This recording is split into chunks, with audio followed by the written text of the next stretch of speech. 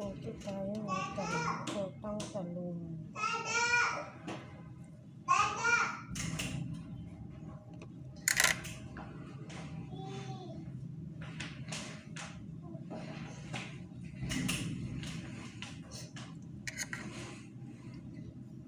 Binabalatan ko na po yung talong.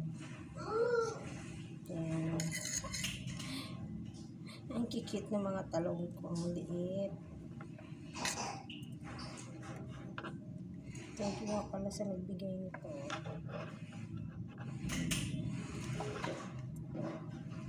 Thank you sa nagdala nito.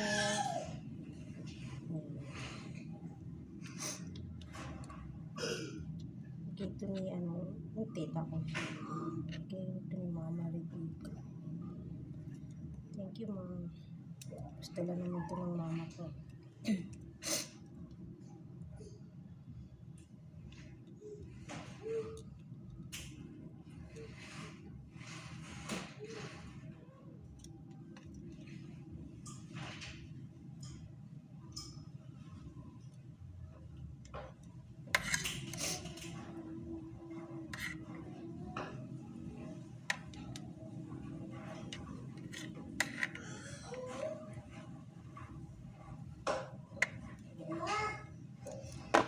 Yes, mami.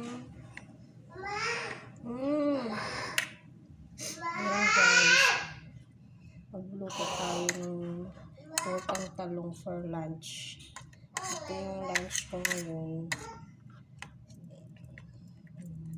Yung isang araw pa ito nang binigay ng mama ko. Ayan, ngayon ko pa naisipang magluto. Kasi nga,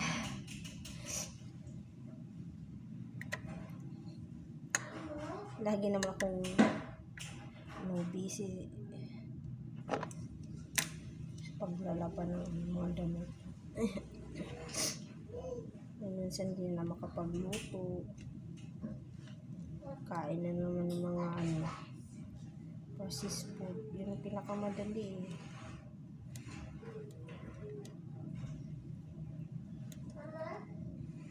Ngayon ay sipat ko magluto ulit ng talong. Tortang talong. Pinag-isipan ko nga guys, anong lulutuin ko dito. Kasi, diba masarap din yung talong. Lagyan ng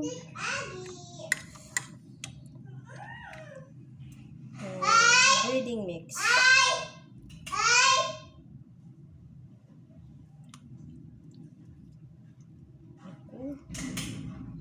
May uda pa to.